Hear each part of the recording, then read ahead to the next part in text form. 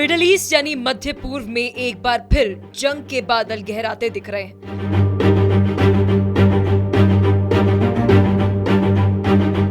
Iran के सर्वोच्च नेता अयतुल्ला अली खamenei ने अमेरिका को सख्त लहजे में चेतावनी देकर इलाके में हलचल मचा दी। अमेरिका की धमकियों पर ईरान का जवाब। रविवार 1 फरवरी 2026 को खamenei ने अमेरिका के राष्ट्रपति डोनाल्ड ट्रंप की धमकियों का जवाब देते हुए कहा कि ईरान मजबूती से खड़ा है और आगे भी मजबूती से खड़ा रहेगा।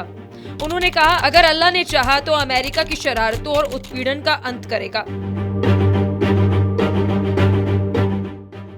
ईरान अमेरिका के बीच बयानबाजी तेज हो गई है। ईरान और अमेरिका के बीच धमकियों का सिलसिला भी तेज हो गया है।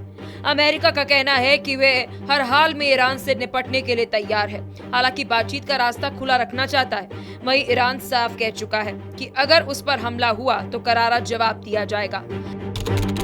हमला हुआ तो छिड़ेगा क्षेत्रीय युद्ध।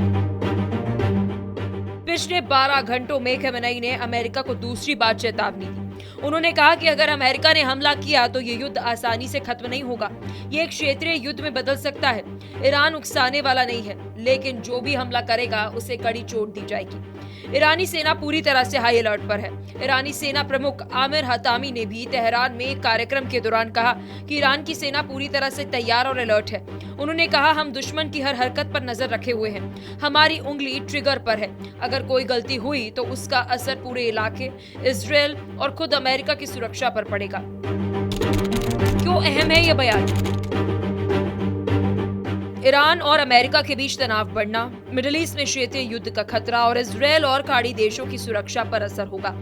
फिलहाल दुनिया की नजरें इस बात पर टिकी हैं कि क्या ये बयानबाजी जंग में बदलेगी या बातचीत से हालात संभल जाएंगे। अमेरिका ने हमला किया तो क्षेत्रीय युद्ध छिड़ जाएगा, ये बात खamenei कहते हुए नजर आए। पिछले 12 घंटों में ईरान के सुप्रीम लीडर अयतुल्ला अली खamenei ने अमेरिका को दूसरी बार धमकी दी है।